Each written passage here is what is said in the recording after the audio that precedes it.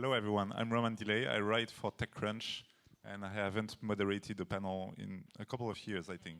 So bear with me, please. So we have three great speakers to talk about money. Is the market completely crazy right now, the startup market? We're going to discuss about fundraising, investment, trading, all things related to money. So with me today, I have Alice Albizzati, who is a founding partner at Revaia.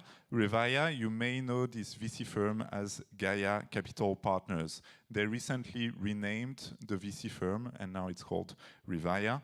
They have invested in Aircall, Yubo, GoHenry, a dozen of others company.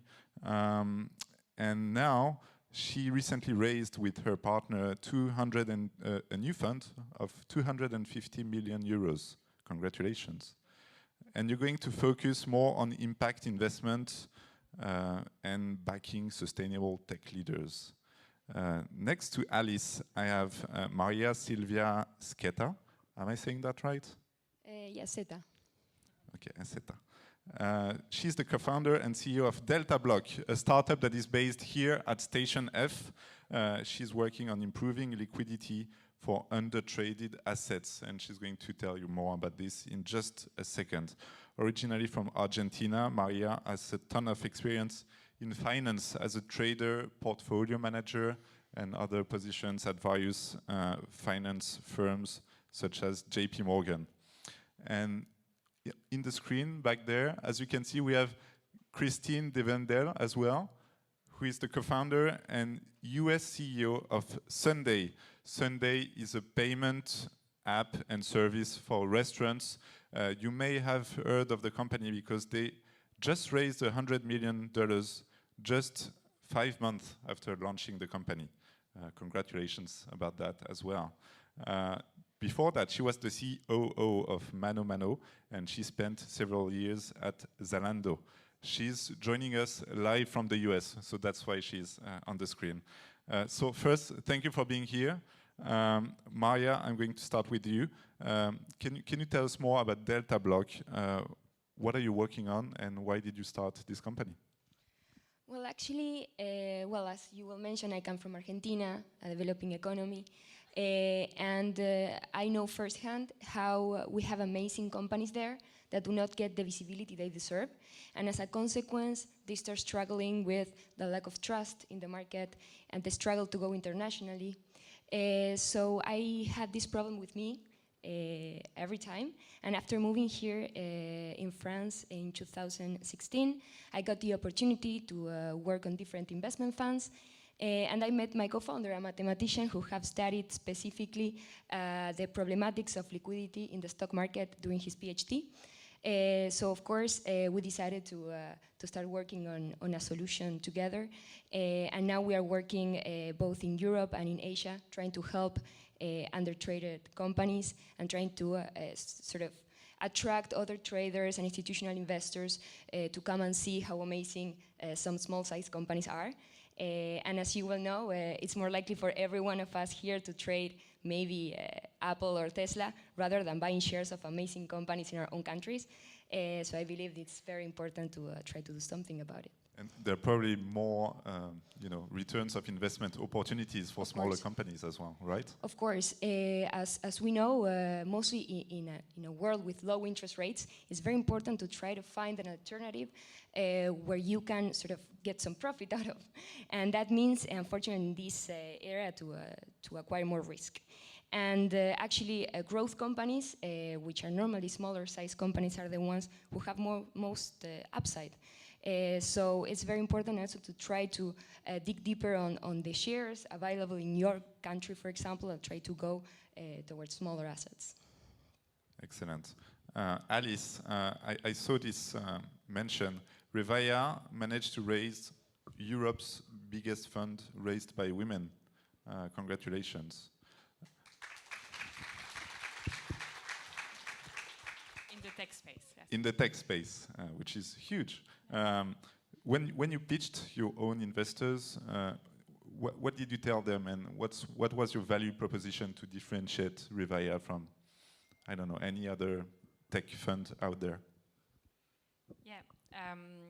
So we decided to launch the Gaia together with Gaia at that time, and now it's Revaia. In 2018, as we saw the rise of European growth stage tech companies, and we wanted to create a firm that would back this next generation of tech champions, putting our conviction into our company. And in particular, we want to back companies that are the leaders of tomorrow, and that create sustainable leadership position. So we want to combine high performance together with conviction, ethics, and with a focus on sustainability. And we had, I think, a good time to market, as the tech ecosystem in Europe has completely changed since we launched Revaia. There are 150 something unicorns out of Europe, and 50 of them were created in 2021. So it's really a growing movement. And the way that we approach the market is we are really passionate about what we're doing. We felt that there was a big gap in the growth stage and also in the connection between VC growth and public market.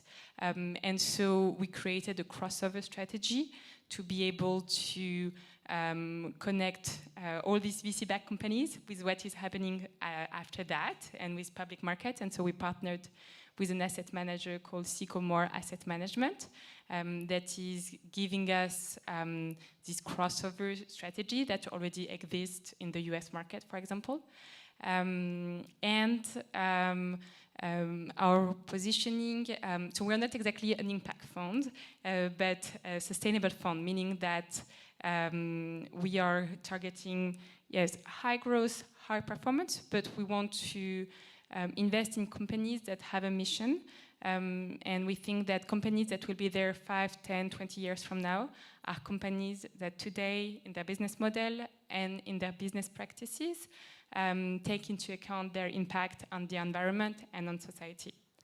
And on the 250, so it's not really something that, being a female-led fund, is not really something that we discussed during our fundraising. Nevertheless, when we closed the fund, we thought that because it was something that was unique, it was worth mentioning. I think that very soon it won't be the case, and we want that there are a lot more female-led funds that become bigger and bigger. But it's worth noticing what you achieve a big milestone so that other people do it and do even in a more ambitious way. Cool. I want to go back to something you said. We are not an impact fund. And I've heard that multiple times from multiple funds saying we are not an impact fund. Why are you trying to stay away from this label and not, putting yourself in this corner that is impact funds? Yeah, I think it's important to be using. So I think impact funds are really important.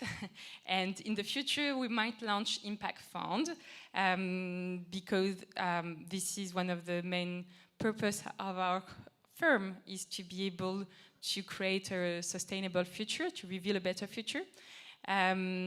It's just that we want to be careful of using the right label. Impact funds are funds that first and foremost invest in companies in which the main mission and the main purpose is to have a positive impact on society and the environment. And I think that's super interesting, in particular in the climate space, where we know that we're facing a huge global crisis and we should all be tackling it. The purpose of our growth tech fund is to invest in companies that have a business model that is either neutral or positive. So for example, we invested in Aircall, as you mentioned. Aircall is a platform that is providing a tool for B2B to communicate. Instead of using your cell phone or your landline, it goes through the internet. Is it an impact company? I'm not sure that so they are not addressing underserved population, or they are not addressing climate change issue right away. Nevertheless, it's a tool that has a collaborative approach that can be addressing the question of happiness at work and how do you collaborate with each other. And also in the way that they manage their businesses, it's a company that has put in place a lot of actions to promote diversity and inclusion. So, and that want to do more, that is thinking about becoming a B Corp. So there is, I think that the impact market is important, is large, it's growing. In the late stage growth market, I'm not sure that the market is mature enough in our segment to have a fund that is focusing only on impact companies. But we believe that the market is maturing very quickly, and that very soon there will be. I don't think that the distinction between impact and responsible and nothing will be there in 10 years, because I think the whole market is going into the right direction. It's just that today it's important to be using the proper category. So everything is going to be impact. Christine, jumping to you. So what time is it for you? Where are you right now? I am actually in Mexico, and it is 10:30 a.m. Well, thank you for joining us. Thank you. You can tell I'm smiling because life is good right now. So at Sunday, I think the company didn't exist 12 months ago, and now you have nearly 200 employees. You've managed to raise a lot of money. You've managed to sign a lot of clients. Everything seems to be going great. You're executing at the right pace. What's the secret to aligning everything, like fundraising, hiring, signing clients? So, first of all, thanks for having me on the panel. Yes, Sunday has raised a lot of money. We launched the company in March of this year. So 7 months ago, we'd raised an initial 24 million seed round, and we closed a Series A of $100 million a couple weeks ago. So massive fundraising, very quick fundraising. And frankly, I think the secret sauce up to now has really been to have a big, big vision. And so we're out there to change the way people pay in physical retail. We're starting with the hospitality industry. And my co-founders, Tigran and Victor, are from the hospitality industry. And I'm bringing the tech scale-up experience that I got at Zalando and Mano Mano. So there's a mix of, 1, a big vision, 2, building the right team quickly. And so there's no secret there. We went to go get the best people we'd worked with in the last 20 years. And we asked them to join us. That's obviously easier to do when you've raised a lot of money, because you can actually pay them and give them an equity stake in the company. And then it means executing quickly. We're in a market right now, which is facilitating payments by QR codes in restaurants. We need to execute very quickly. And so it's, I would say, big vision, lots of money, hiring the right team, and then just being laser focused on executing effectively. It's intense. I'm not going to lie to you. It's not an easy task, but if you're very focused with the right people, so far so good. So this isn't your first startup you're working for. This time you're the co-founder as well. Would you say this is the easiest, probably hardest working experience so far with Sunday? And would you say it's been easier to raise because of the current environment, or because you've assembled the perfect team, as you said? So this comes back to one of the topics we want to cover today with Maria and Alice. Clearly, the markets are so hot right now that raising money has become much, much easier. So when I joined Zalando in 2010, raising money was not as easy, obviously, and we were probably raising in a multiple, so 10 times less than what you could raise today. The 3 years I spent at Mano Mano, you could see fundraising opportunities were accelerating, and Mano Mano did a very successful job at raising money. But what I've experienced now at Sunday is unprecedented. I mean, to raise 124 million in 5 months, I think would not have been able would not have been possible 2, 3, 4 years ago. And I think it's coming back to the fact that there's so much money in the market right now. And so I think all three of us are seeing this increasing trend where there's so much money out there that it's the perfect opportunity for, entrepreneurs to go out there, get access to it, and then scale quickly. And I want to ask you this question as well, Maria. At Deltablock, you're at a much earlier stage. Do you notice the same thing? Is it easy to raise money, or do you see more liquidity, at least in the tech market? Well, when it comes to the stock market, we can say that yes, there's way more liquidity out there.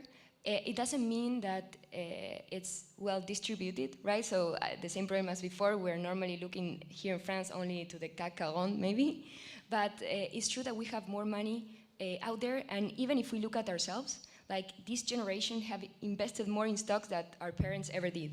So there is more money, there is more interest to investment in the society, I would say.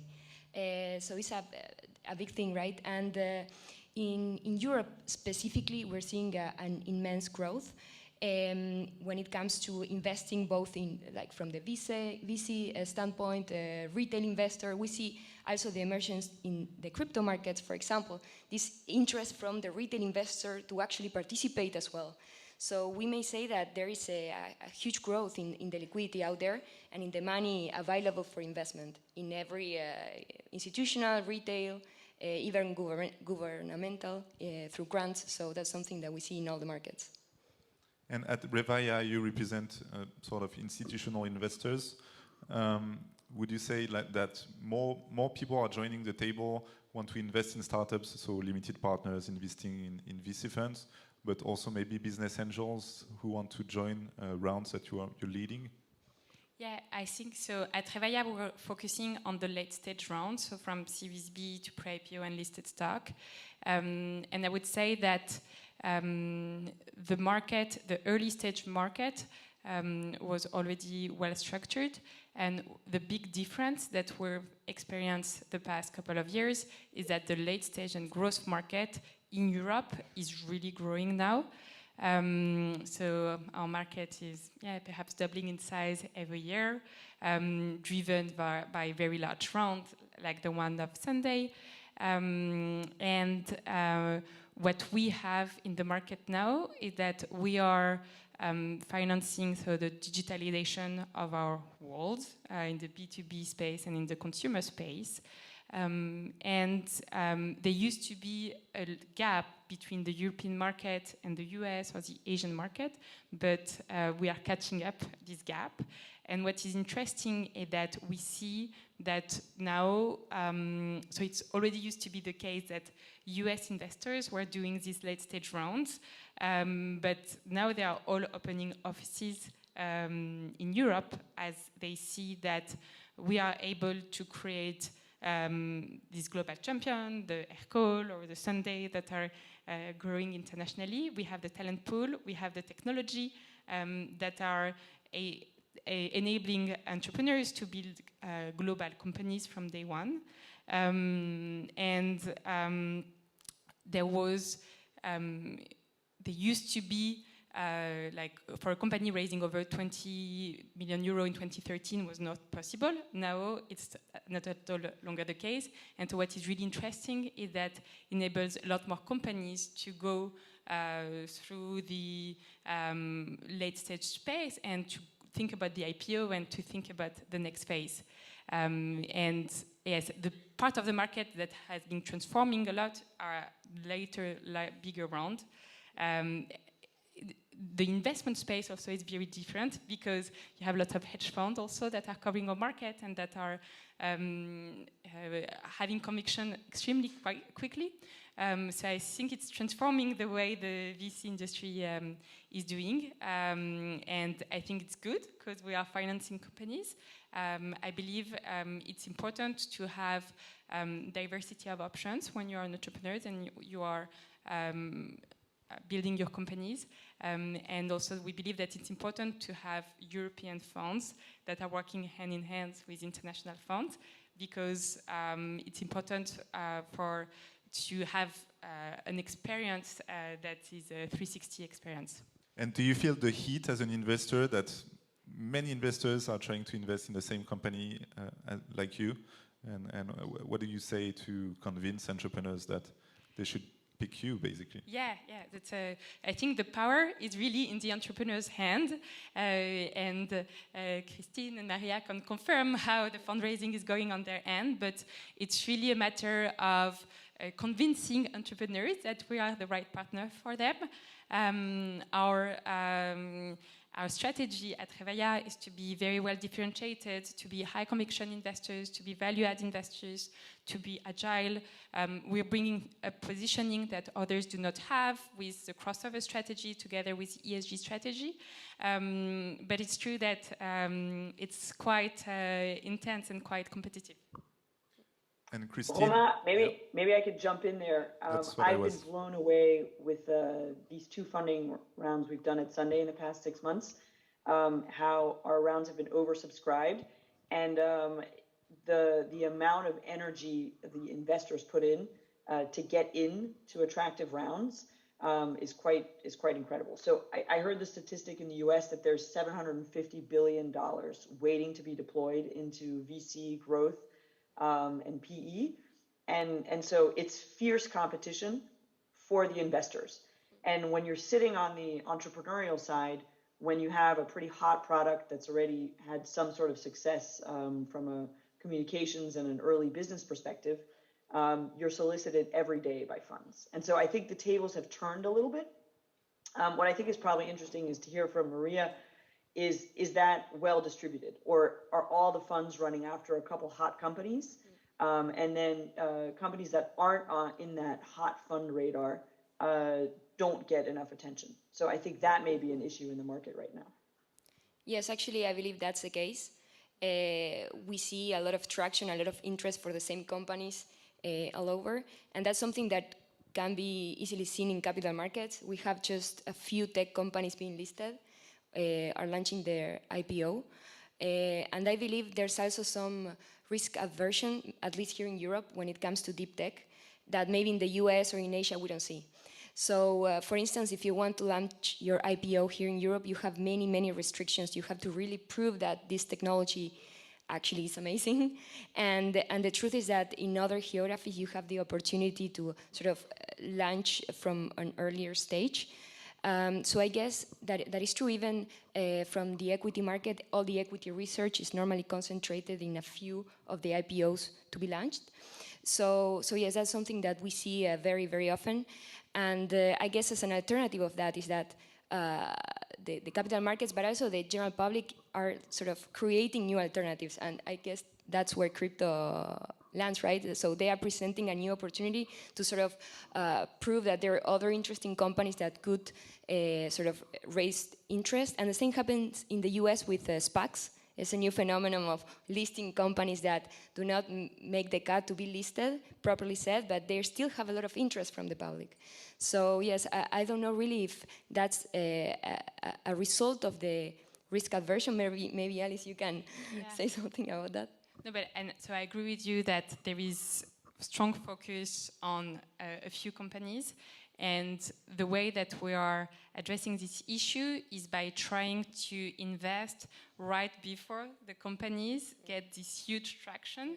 And we do it by having people on the ground, so being very close to our market, and this is why we have an office in Paris, but we also have an office in Berlin, so we have people on the ground that are able to have the right network, be able to source the right companies.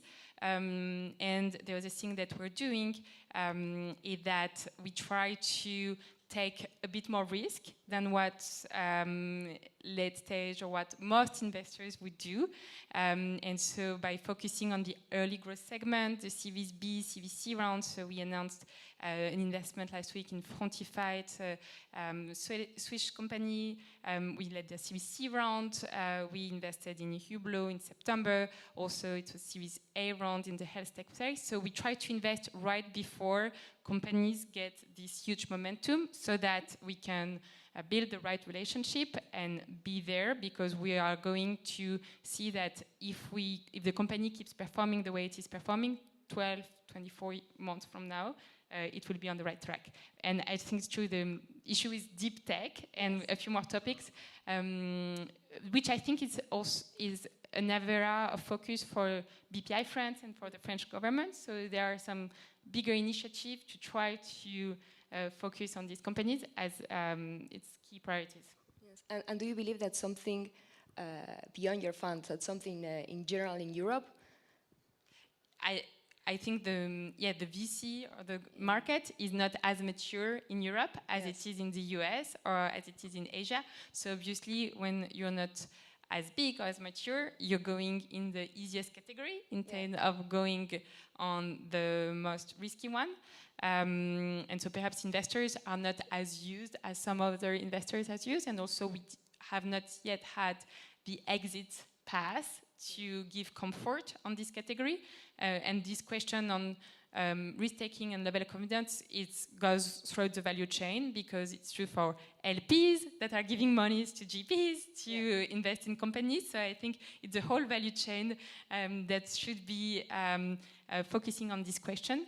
But I believe that as the tech generalist market is evolving and maturing, it has side effects also on the more deep market. And Christine, so I'm sure you've received plenty of VC offers, as you said. Did you promise them some huge metrics saying, okay, we are right before some real traction happening, and in 12 months, 24 months, as Alice was saying, it's going to be huge, just invest in us? So I would actually say we spoke mostly about the vision and the potential. And so, I mean, when we raised the seed round, we had just had an MVP launched in the Big Mama restaurants. When we raised the A round, we only had 4 months of, first business traction with great traction. But we certainly didn't promise something enormous in terms of results. We really pitched the fact that the total addressable market, the TAM, was big. And Alice mentioned this earlier, I think Maria as well. With new players coming in, the due diligence periods are much shorter. And it's a lot more about trust, excitement about the team, and excitement about the potential of the business than the actual numbers. And so in our case, it's more comfortable for the entrepreneurs because we promised a big vision and we showed we could get moving the first 3 to 6 months. But we didn't promise massive numbers to get that Series A money. So I found actually investors were quite indulgent and just believed in the size of our project. And at Sunday, how did you pick? Did you look at the track record of your investors? Did you look at like if they could understand the roadmap or the level of education of the partners that you were talking with? So we've taken an approach, 2 different types of investors. One, large investors, so our lead investor is Coatue, so based in the US, but with a great contact with the Coatue team, a real relationship around trust. And so they're the ones who came to us for the Series A and said, let's go. This is a great opportunity. And then the other category of investors are actually people from the industry. So people from the hospitality industry, from the fintech industry who are helping us. And so we've really deliberately chosen more VC, PE investors because of the systematic approach they have to investment, but also a large part of industry specialists who can help us accelerate. And that's been much more helpful than I expected. Having restaurants and hotel owners and fintech specialists on our cap table has accelerated our business massively because they've helped us get to market. All right, we're nearly out of time. We've seen how much tech has impacted our everyday life, even when Facebook or WhatsApp is down. It affects us a lot. So I'm sure I know the answer already, but I want all of you to tell me, are we in an investment bubble right now? Yes or no? I think we're investing in the transformation of the economy and the real world of tomorrow. No. So no, valuations are high, but we're investing in true companies. Maria, what do you think? I believe that that's something to be expected in a world with very low interest rates. People go to growth. And the truth is that we've never had so many tech companies promising something like so far away from now. So of course, quantifying the value from such a long-term future is very hard. So my response is that it's impossible to say, and basically we are evaluating assets on the future, maybe 20 years from now, and we've never had to do that in the stock market, at least. And Christine, what do you think? Yes or no? So I would say, similar to what Alice is saying, the companies that are having these crazy valuations, and Sunday is benefiting from that, are really disrupting the way people live every day. So Sunday is a great example. No one has disrupted the way people pay in physical retail yet. And again, it's a 5, 10, 20-year vision, which is huge. And so if you think of that potential, are you overpaying? I would say no. And again, interest rates are really low. There's a lot of money out there. So I don't think it's a bubble. Okay, we're out of time, but we have one question from the audience, so I'm going to ask it really quickly. Could you elaborate more on what is an undervalued asset and why this is an opportunity? How does crypto assets fit into this? Maybe Maria, you can answer this. Right. So, well, there's two separate questions. The first one is that normally we forget to look at smaller companies that are listed in the exchange of our own countries. So normally we only look at the biggest ones. And unfortunately, the companies who have more to grow are the small ones. Because of course, if we are looking at Nestlé, for example, a very big company with 100 years in the market, of course, the amount that they can grow, it's very limited. But if we are talking about a startup that just recently got listed, of course, we have an upside that is infinite. So of course, there's a huge opportunity that is linked also to the risk, right? Let's say that. It's not that every small company will be amazing. There's a risk, but there's also a big opportunity there. And what I wanted to say as well is that not all of the tech companies, due to the risk they have, get the opportunity to be listed in the public eye.